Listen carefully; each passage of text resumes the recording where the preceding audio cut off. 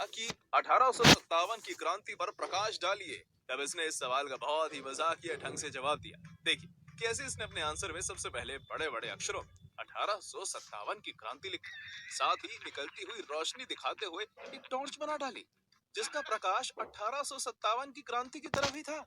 इतना ही नहीं, इसने बाद में लिख दिया कि प्रकाश डाला गया, जो कि देखने में बेहद फनी था, जिससे लगता है कि इसके टीचर ने इसे ठहाके मारते हुए ही 10 में से 0 नंबर दिए होंगे।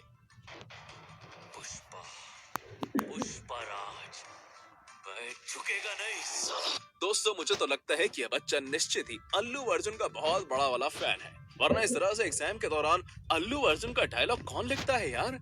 मान गए कि इससे बड़ा अल्लू अर्जुन का फैन कोई दूसरा व्यक्ति नहीं हो सकता, क्योंकि आंसर शीट को खाली छोड़ने और उस पर इस तरह से पुष्पा, पुष्पराज, मैं लिखेगा नहीं साला लिखने के लिए जिगर लगता है भैया, जो कि स्टूडेंट के पास है। इसे कहते हैं पुष्पा का साइड इफेक्ट। अब एक और नमूने से मिल लीजिए, क्योंकि ये तो अलग ही लेवल का स्टूडेंट है। बच्चे को जब एग्जाम में ग्रेटर और लेस देन से related fill in the blank type question मिला, तब उसने उसे कुछ ज्यादा ही सीरियसली ले लिया, जिसका अंजाम ये निकला कि उसने शुरुआत में बने ग्रेटर और लेस देन के साइन के बीच में लगे और की तरह ही नीचे लिखे हुए 5 फिल इन द ब्लैंक्स में और ही लिख डाला। ऐसे नमूनों को मेरा दिल से सलाम, क्योंकि अगर ये ना होते तब हम और आप ठाके कैसे मारते भाई।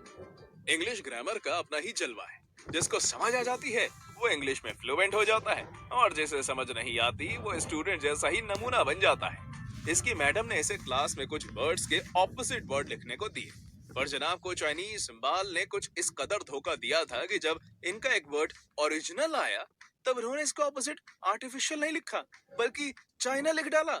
वैसे इंग्लिश के मुताबिक तो यार ये बच्चा गलत है, पर अगर टेक्निकल तौर पर देखा जाए तो बात तो इसने सही लिखी है, क्योंकि चाइना का माल कभी भी ओरिजिनल नहीं होता। यही होता है जब छात्र को बायोलॉजी में इंटरेस्ट हो और घर वाले उसे जबरदस्ती मैथ पढ़वा रहे हो। भाई साहब, मेरे हिसाब से छात्र ने वैसे तो बिल्कुल सही और तगड़ा जवाब दिया है, पर मैथ के पॉइंट ऑफ व्यू से ये जवाब बिल्कुल गलत है। दरअसल इसके मैथ टेस्ट में जब क्वेश्चन आया कि बॉब के पास 36 कैंडी थी और उसने उसमें से 29 कैंडी खा ली, तब उसके पास क्या बचा। अब मैथ के हिसाब से तो इस सवाल का जवाब 7 कैंडी होना चाहिए, पर स्टूडेंट है ना बायो लेवल, तब उसने इसका जवाब बायोलॉजी की भाषा में ही दिया और आंसर में डायबिटीज यानी कि बॉब हैज डायबिटीज लिख डाला, जिसे देखकर आपको क्या इसकी टीचर तक को हंसी आ गई होगी। इसे कहते हैं एक्स्ट्राऑर्डिनरी स्टूडेंट, क्योंकि जब इसके हाफ ईयरली एग्जाम्स में कबीर दास के ऊपर निबंध लिखने और अमिताभ बच्चन के ऊपर लेख लिखने जैसे 2 क्वेश्चंस आए, तब इसने इन 2 सवालों का बहुत ही चतुराई भरा जवाब दिया।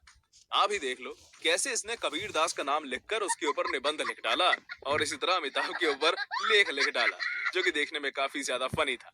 आपको क्या लगता है इसके टीचर ने इसे इस तरह की चतुराई दिखाने के लिए सिर्फ 00 देकर छोड़ दिया होगा? नहीं, बिल्कुल नहीं, क्योंकि इस चतुराई के लिए इसकी दम से सुटाई भी की गई होगी, टीचर से अलग और पेरेंट टीचर मीटिंग में अलग।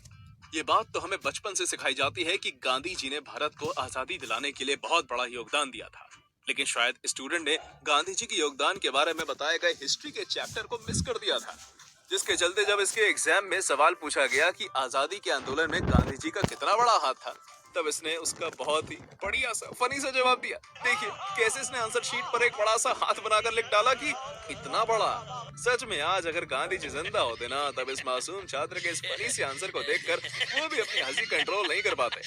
दोस्तों, मोदी जी का वो फेमस मीम डायलॉग तो आपको याद ही होगा, जिसमें वो कहते हैं, इतने तेजस्वी लोग हैं हमारे पास, कितने शानदार विचार रखते हैं।